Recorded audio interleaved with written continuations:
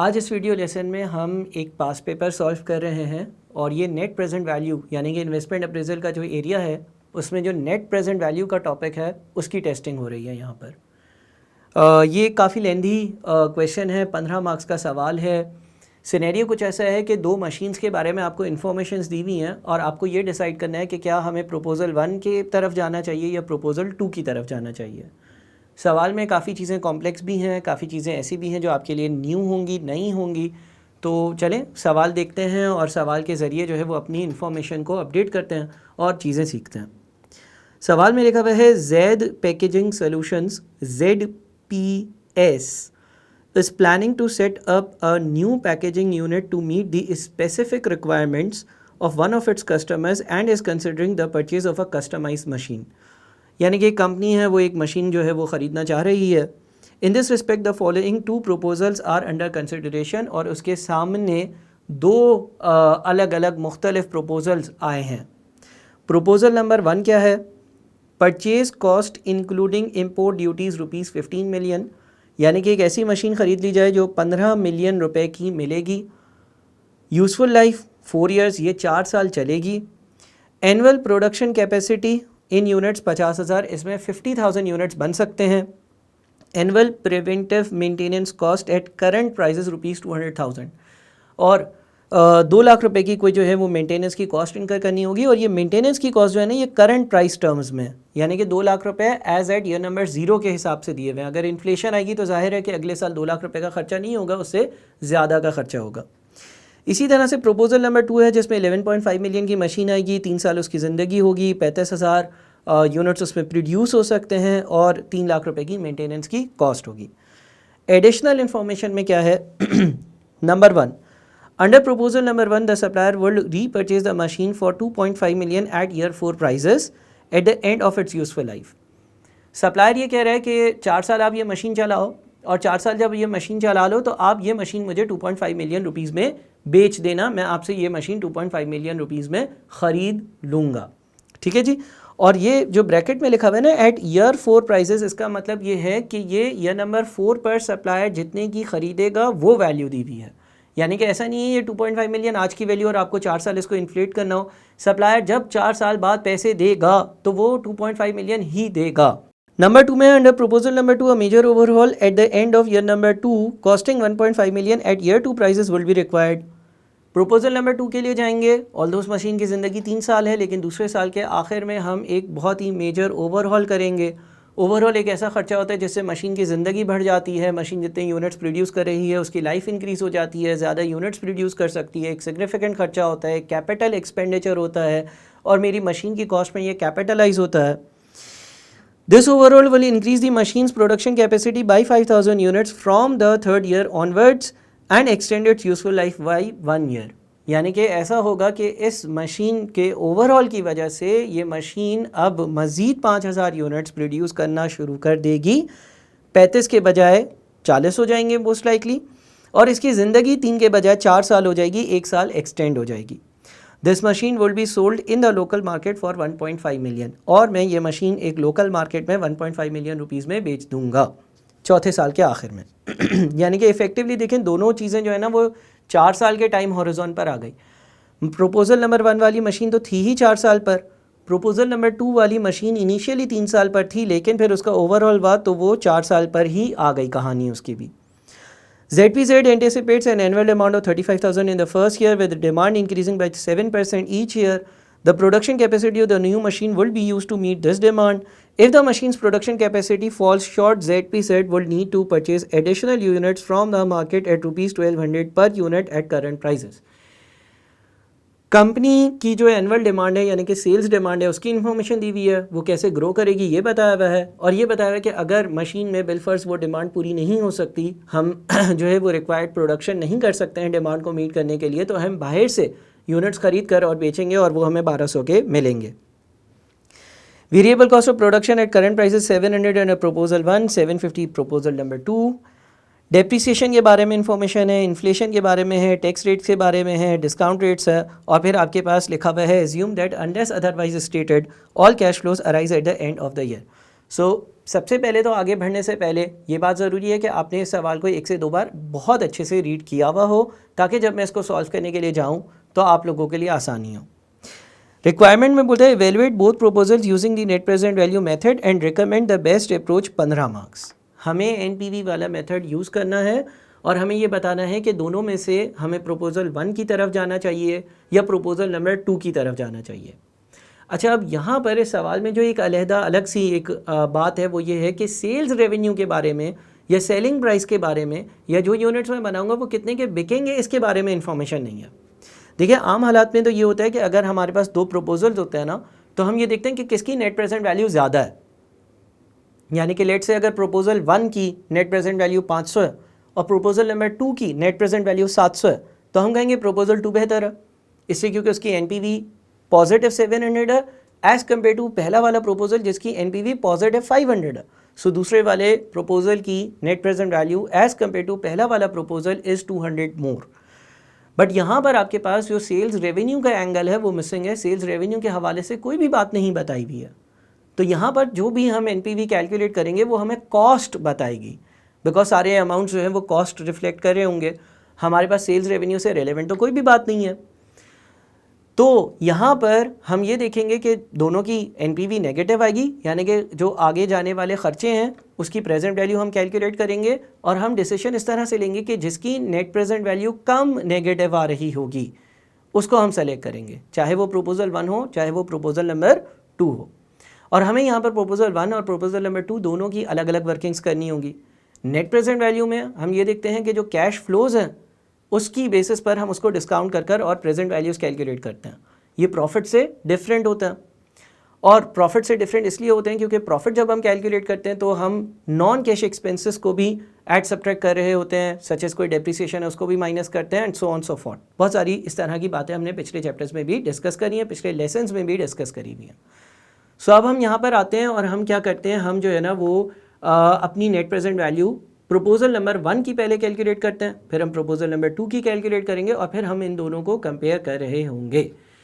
अच्छा, अब proposal number 1 की जब हम बात करते हैं उससे पहले हम ये तो देख लें कि हमारी एनुअल डिमांड कितनी है। तो मैं यहाँ पर वर्किंग नंबर 1 करता हूँ और वर्किंग नंबर 1 जो है ना वो है अबाउट एनुअल डिमांड, यानी कि हर साल मेरी डिमांड कितनी होगी। और डिमांड के बारे में बातें जो है ना वो पॉइंट नंबर 3 में मेंशन है, लिखा हुआ है ZPS anticipates an annual demand of 35,000 units in the first year. तो यहाँ पर ईयर नंबर 1 लिखता हूँ, फिर मैं लिख देता हूँ ईयर नंबर 2, फिर मैं लिख देता हूँ ईयर नंबर 3 और फिर मैं लिख देता हूँ ईयर नंबर 4। पहले साल में जो यूनिट्स की डिमांड है वो 35,000 है, 35,000 यूनिट्स की डिमांड है। 35,000 यूनिट्स जो है वो ईयर नंबर 1 में क्या होंगे, ईयर नंबर 1 में बिक रहे होंगे और ये डिमांड 7% से इंक्रीज़ होगी। तो 1.07 से हम इसको मल्टीप्लाई करते हैं, यानी कि ईयर नंबर 2 में 37450, ठीक है जी, 37450। अच्छा, ईयर नंबर 3 में क्या होगा, वापस से ये 7% से इंक्रीज़ होगी तो आपके पास ये आ जाएगी 40072। और फिर आखिरी साल क्या होगा, वापस से ये 7% से इंक्रीज़ होगी तो ये हो जाएगी 42877, 42877, ठीक है जी। ये मैंने एनुअल डिमांड लिखी है। एनुअल डिमांड का मतलब ये है कि किस साल कितने यूनिट्स बनाकर मुझे मार्केट में बेचने हैं, सेल आउट करने हैं। तो एनुअल डिमांड की मैंने जितने भी यूनिट्स थे वो सारे यूनिट्स लिख दिए, ईयर 1 के हों, ईयर नंबर 2 के हों, ईयर नंबर 3 के हों, ईयर नंबर 4 के हों, किसी भी साल के हों। अब यहाँ पर अगर प्रपोजल नंबर 1 को देखते हैं तो प्रपोजल नंबर 1 क्या है, आगे अगर पढ़ें तो the production capacity of the new machine will be used to meet this demand. If the machine's production capacity falls short, ZPZ will need to purchase additional units from the market। अच्छा, अब देखिए हमारे पास जो proposal number 1 में जो machine है ना उसकी एनुअल प्रोडक्शन कैपेसिटी है 50,000। हमारे पास जो प्रपोजल नंबर 1 में मशीन है उसकी एनुअल प्रोडक्शन कैपेसिटी 50,000 है, यानी कि 50,000 यूनिट्स बनाकर वो मशीन से मैं बेच सकता हूँ। और अगर मैं ईयर 1, 2, 3, 4 देखता हूँ तो प्रपोजल नंबर 1 के हिसाब से या मशीन नंबर 1 के हिसाब से कभी भी ऐसा नहीं होगा कि मेरी प्रोडक्शन और डिमांड में फ़र्क हो, यानी कि डिमांड जो है वो प्रोडक्शन से ज़्यादा और मुझे यूनिट्स ख़रीदने पड़े। लेकिन अगर मैं प्रपोज़ल नंबर 2 देखता हूँ, तो प्रपोज़ल नंबर 2 में जो मशीन है वो 35,000 यूनिट्स बना सकती है और दूसरे साल के आखिर में ओवरऑल होगा, तीसरे साल से वो 5,000 यूनिट्स एक्स्ट्रा बना सकती है। यानी कि प्रपोज़ल नंबर 2 की जो प्रोडक्शन हो सकती है, पहले साल 35,000,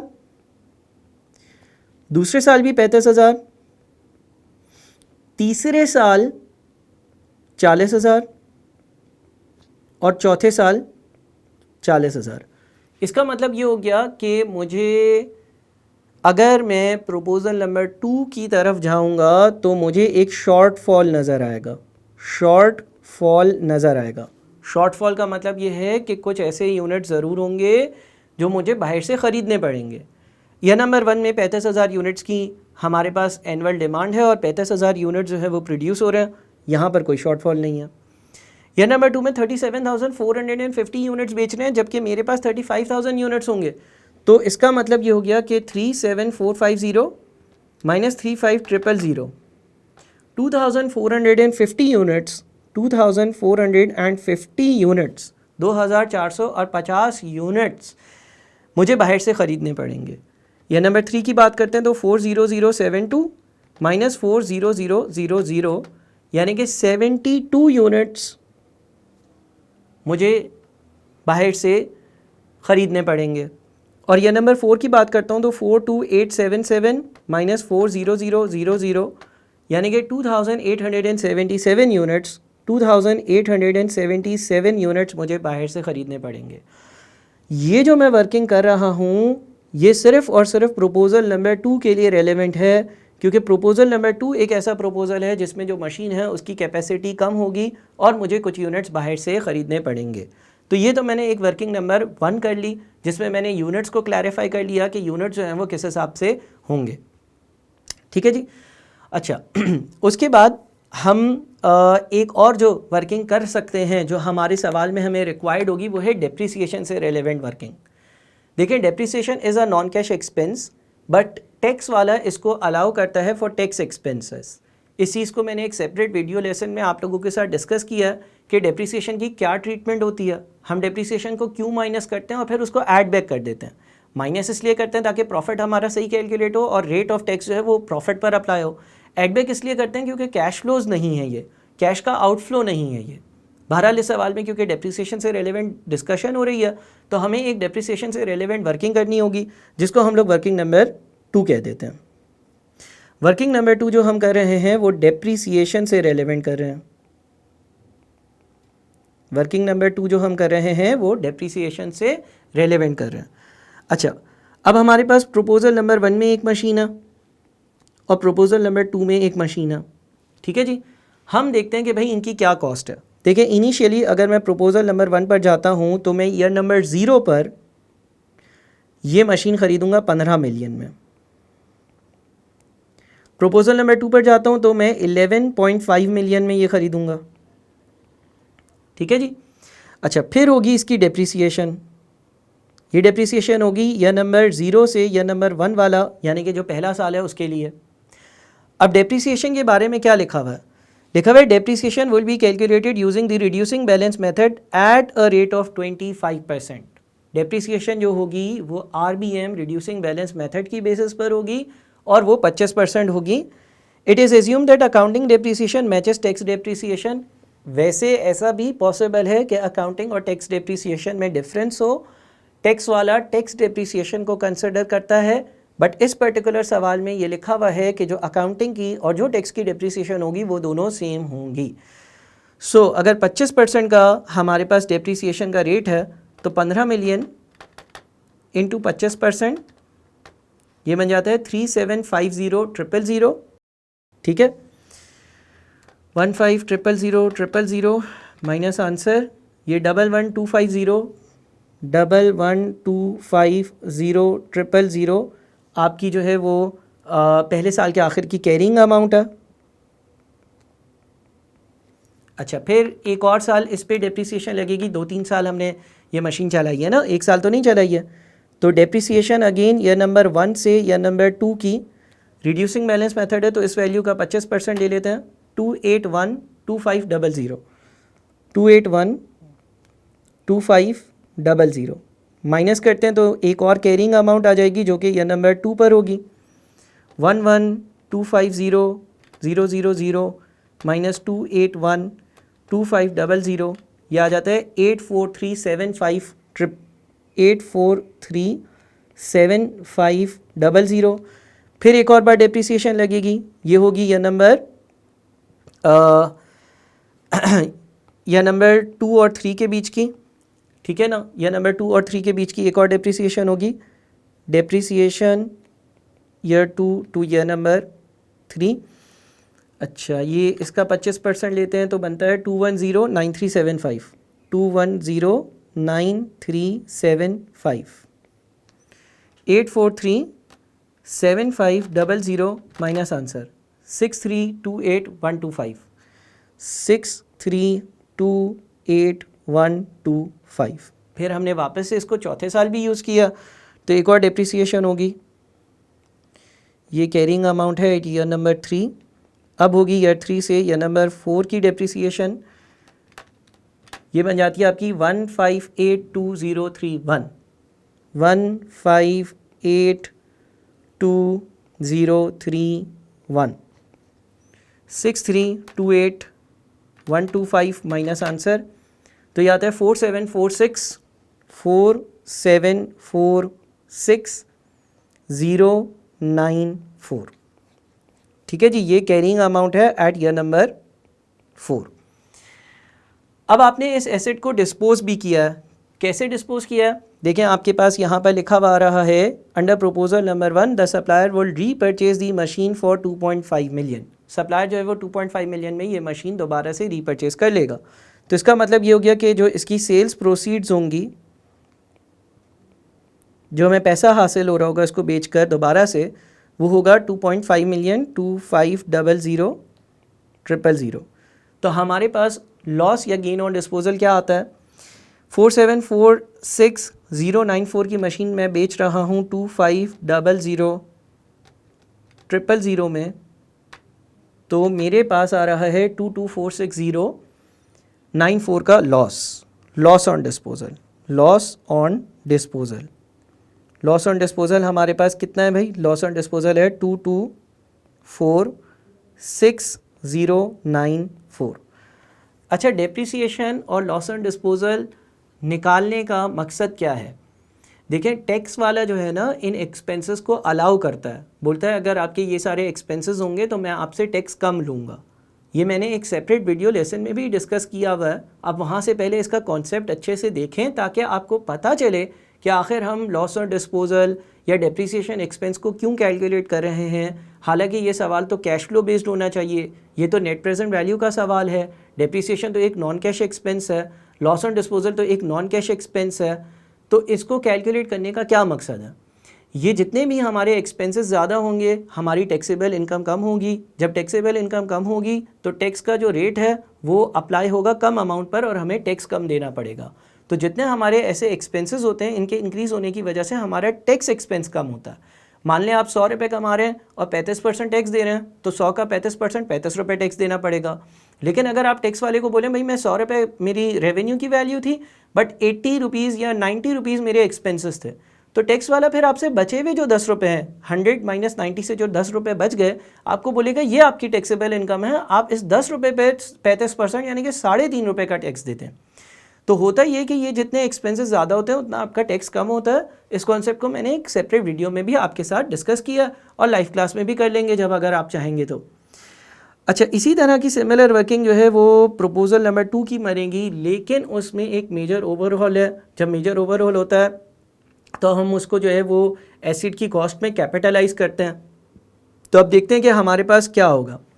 ईयर 0 से ईयर 1 की डेप्रिसिएशन होगी 11500,000 का 25%, यानी कि ये 2875,000 बनता है। इसको माइनस करते हैं 11500,000 माइनस आंसर, तो 8625,000 बन जाता है। उसके बाद एक और बार डेप्रिसिएशन लगेगी 2156,250 की, तो 8625 000 माइनस आंसर हम करते हैं तो 6468750 बनता है। अब सवाल में ये लिखा हुआ था कि जो हमारे पास मशीन नंबर 2 है उसको हम या नंबर 2 के एंड में मेजर ओवरहॉलिंग करेंगे और 1.5 मिलियन का खर्चा करेंगे। तो जब आप इस पे 1.5 मिलियन का खर्चा करेंगे तो ये खर्चा आपका एक्सपेंस भी है और ये मशीन की कॉस्ट में कैपिटलाइज भी होगा। 1500 इसमें ऐड होगा, 7968750 वैल्यू बन जाएगी। फिर इस पे 25% लिया जाएगा, वो 1992188 बनेगा। 1992188 बनेगा। 7968750 में से ये माइनस होगा तो 5976563 5976563। फिर इसका 25% जो कि है 1494140 1494141 कर लेते हैं। 5976563 माइनस आंसर 4482422 4482422 तकरीबन। ठीक है जी, यह हमारे पास आ रही है इसकी वैल्यू। अगेन हमने इसको भी डिस्पोज ऑफ किया है। इसको डिस्पोज ऑफ कितने में किया है भाई? इसको हमने डिस्पोज ऑफ किया कितने में? प्रपोजल नंबर 2 में मार्केट में हम 1.5 मिलियन में इस मशीन को बेचेंगे। सो जब हमारे पास इसकी सेल्स प्रोसीड्स 15000000 होगी तो इस हिसाब से हमारे पास ये बच जाता है 2982422 2982422। ठीक है जी। सो ये मैंने क्या किया यहाँ पर आपके सामने, एक तो यूनिट्स की वर्किंग करी, दूसरा मैंने डेप्रिसिएशन कैलकुलेट कर ली, मैंने लॉस ऑन डिस्पोजल वाली वैल्यू कैलकुलेट कर ली। ये जितनी भी हमारे पास रेलेवेंट वर्किंग्स थी जो जिसकी हमें नीड थी, जिसकी हमें ज़रूरत पड़ सकती है, वो सारी वर्किंग्स हमने यहाँ पर कर ली। अब हम प्रपोजल नंबर 1 और प्रपोजल नंबर 2 की मेन कोर वर्किंग पर आएंगे, यानी कि जो मेन इसका जो फेस होगा इस सवाल के आंसर का, उस पर आएंगे। सो हम आगे अब सॉल्व करना शुरू करते हैं। अच्छा, टाइम हॉरिजॉन हमारा जो है वो 4 साल का है, चाहे प्रपोजल 1 हो चाहे प्रपोजल नंबर 2 हो। तो हम इसकी अब मेन वर्किंग पर आते हैं। हम लिखते हैं प्रपोजल नंबर 1। हमारे पास जो ईयर्स हैं वो हैं 0, 1, 2, 3 और 4। ठीक है जी, ये 4 साल हैं। सबसे पहले हम अपनी वेरिएबल कॉस्ट लिख लेते हैं। अच्छा, कुछ मैं शॉर्टकट्स अप्लाई करूँगा ताकि टाइम बचे और जल्दी से सवाल को फाइंड अप किया जा सके। पॉइंट नंबर 4 में लिखा हुआ था the variable cost of production at current price is 700, यानी कि ये ईयर 0 के हिसाब से मेजर्ड है। पॉइंट नंबर 6 में लिखा हुआ था inflation rate is 10% starting from year 1। और फिर आपके पास यूनिट्स तो आपको मालूम है, हम प्रपोजल नंबर 1 पर हैं। प्रपोजल नंबर 1 में ऐसा नहीं था कि हम बाहर से कोई यूनिट्स खरीद रहे हों। ठीक है, सो एनुअल डिमांड 35,000 है। ठीक है ना। देखें पहली वैल्यू कैसे आएगी। पहली वैल्यू इस तरह से आएगी कि हमारे पास होगा 700 मल्टीप्लाइड बाई यहाँ नहीं, हम ईयर नंबर 1 के नीचे लिखेंगे 700 multiplied by 1.1 multiplied by 35,000। 35,000 units हैं, 700 रुपये ईयर 0 के हिसाब से वेरिएबल कॉस्ट दी हुई है। लेकिन हम ये एज्यूम करते हैं नेट प्रेजेंट वैल्यू के क्वेश्चंस में कि हर कैश फ्लो इनफ्लो और आउटफ्लो अकर होता है eight the end of each year. So year 1 के आखिर की वैल्यू होगी 700 इंटू 1.1, ये हमारी वेरिएबल कॉस्ट होगी जो कि 770 बनती है, और उसको 35,000 से हम मल्टीप्लाई कर लेते हैं। 269500 269500। अच्छा, अगली बार क्या होगा? 700 इंटू 1.1 की पावर 2। 700 को 1.1 से मल्टीप्लाई करेंगे, ईयर 1 पर आएंगे, फिर मज़ीद 1.1 से मल्टीप्लाई करेंगे, ईयर 2 पे आएंगे। मल्टीप्लाइड बाई यूनिट्स कितने हैं? यूनिट्स देख लेते हैं हम, 37450 यूनिट्स हैं। तो multiplied by 37450 units, 700 into 1.1 into 1.1 into 37450, तो ये आता है 31720,150। 3172150, ठीक है ना। ये आउटफ्लो है तो इसलिए मैं ब्रैकेट में शो कर रहा हूँ, नीचे वर्किंग ब्रैकेट में शो कर रहा हूँ। अच्छा, तीसरे साल क्या होगा? तीसरे साल 700 मल्टीप्लाइड बाई 1.1 की पावर 3 मल्टीप्लाइड बाई यूनिट्स कितने हैं? 40072।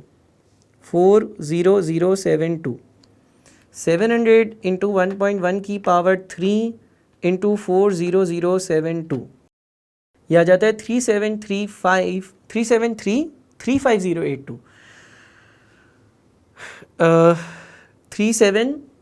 1 मिनट रुकिएगा ज़रा, इसको हम 4000 एंड, ठीक है यही यूनिट्स है ना, 40072 इंटू 700 इंटू 1.1 पावर 3, 37335082, ठीक है जी। 700 को हमने 3 बार इन्फ्लेट किया और जितने भी यूनिट्स थे उससे हमने मल्टीप्लाई कर लिया। अच्छा, उसके बाद फिर उससे अगले साल क्या होगा भाई? उससे अगले साल हमारे पास कितने यूनिट है? 42877 यूनिट्स है ना। एनुअल डिमांड जो है वो 42877 यूनिट्स की है। 700 इंटू 1.1 की पावर 4 इंटू 4 2877 2877 700 इंटू 1.1 की पावर 4 इंटू 42877, तो ये आ जाता है 439,433,51, ठीक है जी। ये अगेन एक कैश का आउटफ्लो है। तो जितने भी आउटफ्लोज हैं वो मैंने ब्रैकेट में शो करे हैं, और राउंडिंग ऑफ की वजह से हो सकता है थोड़ी सी ऊंच नीच हो, वो हमारा कंसर्न नहीं है, कोई मसला नहीं है। हो सकता है कि आपने राउंडिंग ऑफ की हो ना की हो तो कुछ डिफरेंस आ जाता है। इवन 1000, 2000, 500, 700, 800 का डिफरेंस नॉर्मल डिफरेंस है, ठीक है जी। चलें जी आगे बढ़ते हैं। और क्या था भाई? अच्छा, मेंटेनेंस की कॉस्ट 2 लाख रुपए थी करंट प्राइस टर्म्स में, 10% की इन्फ्लेशन है तो मेंटेनेंस की कॉस्ट लिख देते हैं यहाँ पर। Maintenance cost 2 lakh current price terms में, लेकिन आपने तो ईयर 1, ईयर 2, ईयर 3 और ईयर 4 पर वैल्यू लिखनी है। तो पहली बार तो 2 लाख को आप मल्टीप्लाई कर दोगे 1.1 से, ये 2,20,000 आ जाएगा। उसके बाद 2,20,000 को 10% से बढ़ा दें, ये 242,000 आ जाएगा। उसके बाद 242,000 को 1.1 से बढ़ा दें, 266,200 आ जाएगा। उसके बाद 266,200 को 1.1 से बढ़ा दें, 292,820 आ जाएगा, ठीक है जी। ये आपकी मेंटेनेंस की सारी जितनी भी हर साल की कॉस्ट थी वो हमने मेंशन कर दी। इसके बाद डेप्रिसिएशन हम पहले माइनस करेंगे, लॉस ऑन डिस्पोजल भी माइनस करेंगे, टैक्स लगाकर फिर उसको ऐड बैक करेंगे। इसकी लॉजिक, इसका रैशनल एक सेपरेट वीडियो में डिस्कस किया हुआ है, ठीक है जी। और अभी भी मैंने 2-3 बार रिपीट किया। अच्छा, डेप्रिसिएशंस क्या थी? 3,750,000, 3,750,000, ये इसकी वर्किंग्स हम ऊपर कर चुके हैं। 281,2500, 281,2500, 210,9375, 210,9375, 158,2031, 158,2031, ठीक है जी। ये हमने सारी की सारी जितनी भी सारे सालों की डेप्रिसिएशन थी वो मेंशन करी। लॉस ऑन डिस्पोजल भी एक नॉन कैश एक्सपेंस है। लॉस ऑन डिस्पोजल कितना है भाई? 2246,094, 2246,094, ठीक है जी। अब हम इनको टोटल करते हैं, इन वैल्यूज़ को, जो भी हमारे एक्सपेंसेस हैं। पहली बार के कितने हैं? 269,500,000, सॉरी 0000, 220,000, फिर 3,750,000। तो पहला आता है 3092, 3092 0000। ठीक है जी, ये आपका पहला एक्सपेंस है। जितना एक्सपेंस ज़्यादा होगा उतना टैक्स कम पे करना पड़ता है। तो ये एक्सपेंस एक कैश आउटफ्लो के तौर पर नज़र आएगा।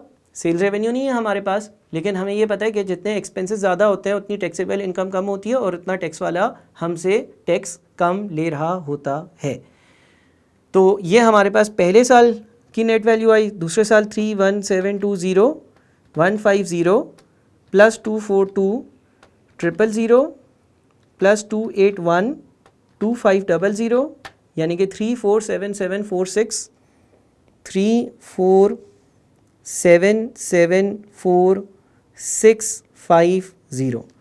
उसके बाद 37335082 266200 और 2109375, यह आता है 39710 और उसके बाद 43943351 प्लस 292820 प्लस 158231 प्लस 224694, यह आ जाता है 48064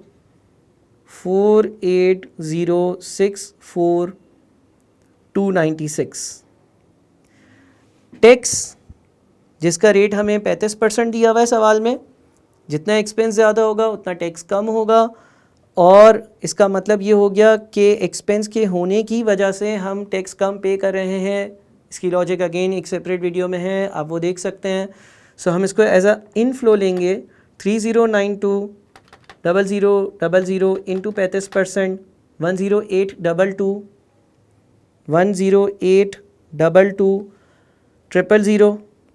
अगली बार 34774 इंटू 35%, 1217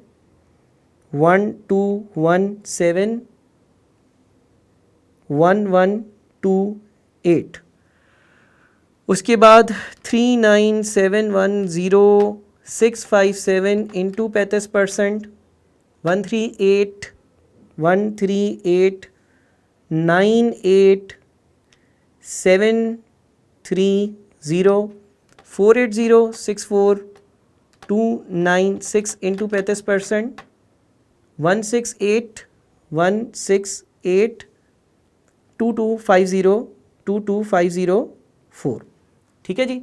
अब जो नॉन कैश एक्सपेंसेस आपने माइनस करे थे वो ऐड बैक करेंगे ताकि उनका इम्पैक्ट खत्म हो जाए। अगर मैंने डेप्रिसिएशन माइनस करी थी वो ऐड होगी, अगर लॉस ऑन डिस्पोजल मैंने माइनस किया था सिर्फ टैक्स के कैलकुलेशंस के लिए तो वो ऐड बैक होगा। तो हम यहाँ पर ऐड कर देंगे डेप्रिसिएशन को भी और लॉस ऑन डिस्पोजल को भी। तो जो अमाउंट्स आपने ऊपर लिखी थी वही यहाँ पर ऐड बैक होंगी, यानी कि यहाँ पर 3750000, यहाँ पर 2812500, यहाँ पर 2109375 और फिर यहाँ पर 15822031 और यहाँ पर लॉस ऑन डिस्पोजल 22469094 ऐड हो जाएगा। इसके अलावा अगर कोई कैश की ट्रांजैक्शंस हैं तो वो भी यहाँ पर आ जाएंगी। अब यहाँ पर और कैश की ट्रांजैक्शंस क्या है, एक तो परचेज़ कॉस्ट, आपने ये एसेट परचेज़ किया था। प्रपोजल नंबर 1 में जो एसेट परचेज़ किया वो 15 मिलियन का परचेज़ किया है। 15 मिलियन हमारा कैश का आउटफ्लो होगा और यह नंबर 0 पर होगा, 15 मिलियन यहाँ आ जाएगा। और उसके बाद आपके पास जो है वो डिस्पोजल की जो वैल्यू है, जो प्रोसीड्स हैं, प्रोसीड्स पैसे जो मिले होंगे वो तो कैश फ्लो है ना। डिस्पोजल प्रोसीड्स कितने थे पहली मशीन के, 2.5 मिलियन। सो 2.5 मिलियन आपके पास रिसीव है, 2.5 मिलियन यहाँ पर आ जाएंगे। ठीक है जी, 2.5 मिलियन भी आपने ऐड करने हैं क्योंकि वो आपकी डिस्पोजल प्रोसीड्स हैं, आपके पास पैसे आए हैं। फाइनली यहाँ पर हम अपने नेट कैश फ्लोज लिखेंगे। नेट कैश फ्लोज तो ये आपके पास 15000000, उसके बाद 1082200 प्लस 375000 माइनस 30920000, यह आ जाता है नेगेटिव का 1634800। सेकेंड है 12171128 प्लस 2812500 माइनस 34774650, यह आपका नेगेटिव का 19791 फिर आपके पास 1389873 प्लस 2109375 माइनस 39710,657। सो ये आपका आता है नेगेटिव का 23702552। फिर आपके पास 16822,504 प्लस 1582031 प्लस 2246094 प्लस 2500 माइनस 48064296, यह आपका नेगेटिव का 24913667। अच्छा जी, अब आपने डिस्काउंट फैक्टर्स कैलकुलेट करने हैं। रेट आपके लिए डिस्काउंटिंग का जो सवाल में दिया हुआ है वो 14% है। डिस्काउंट फैक्टर कैसे कैलकुलेट होता है? 1 डिवाइडेड बाई 1 प्लस आई की पावर n, ऐसे कैलकुलेट होता है। सो पहला डिस्काउंट फैक्टर कैसे आएगा, मैं यहीं पर आपको थोड़ा सा समझा दूं। पहला होगा 1 डिवाइडेड बाई 1 प्लस 14% की पावर 0 जो कि 1 बनेगा। अगला होगा 1 डिवाइडेड बाई 1 प्लस 14% की पावर 1 जो कि 0.877 बनेगा। अगला होगा 1 डिवाइडेड बाई 1.14 की पावर 2 जो कि 0.769 बनेगा। अगला होगा 1 डिवाइडेड बाई 1.14 की पावर 3 जो कि 0.675 बनेगा।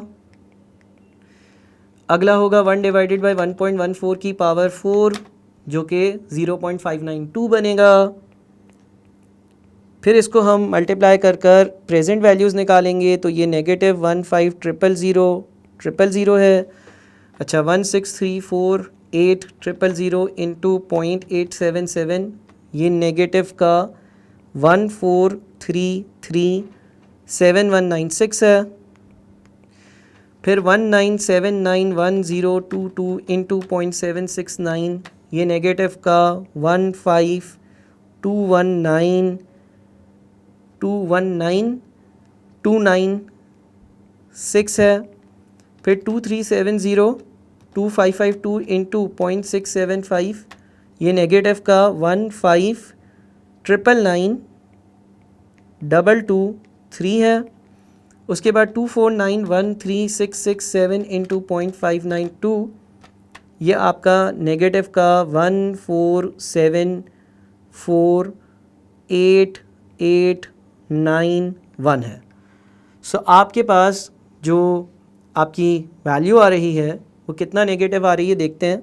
एनपीवी हमारे पास प्रपोजल नंबर 1 की जो नेगेटिव आ रही है वो है 1500000 प्लस 14337196 प्लस 1521926 प्लस 159992223 प्लस 1474891, ये आ रही है नेगेटिव 7530, तकरीबन 75304,606 इतनी नेगेटिव आ रही है।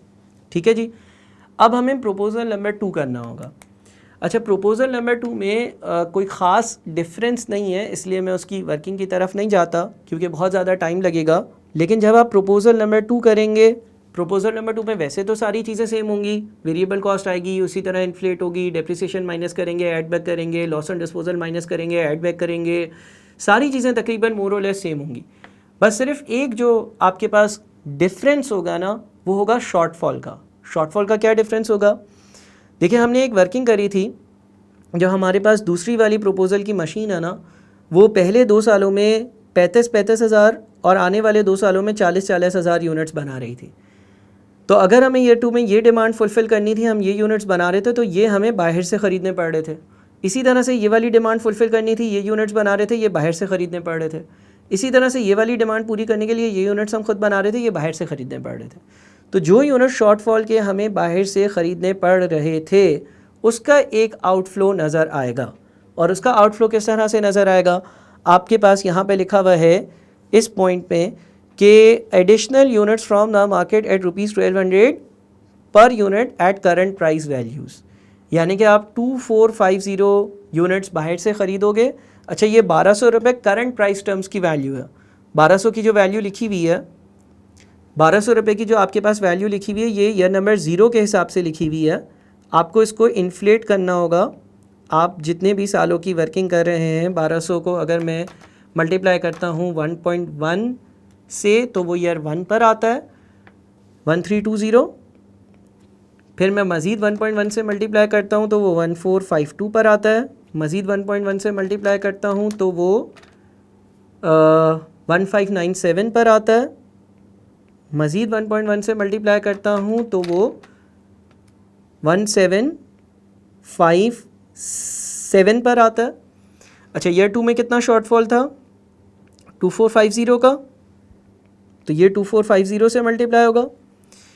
उसके बाद 72 और 288, 72 और 2877, तो आपके पास ये एक एडिशनल आउटफ्लो आ रहा होगा। बाकी सारा फॉर्मेट सेम होगा, आप इसको आंसर से कंपेयर कर सकते हैं। वीडियो को छोटा रखने के लिए मैं सिर्फ और सिर्फ ये वाली एक वर्किंग कर रहा हूँ। ये बनेगा 3557400,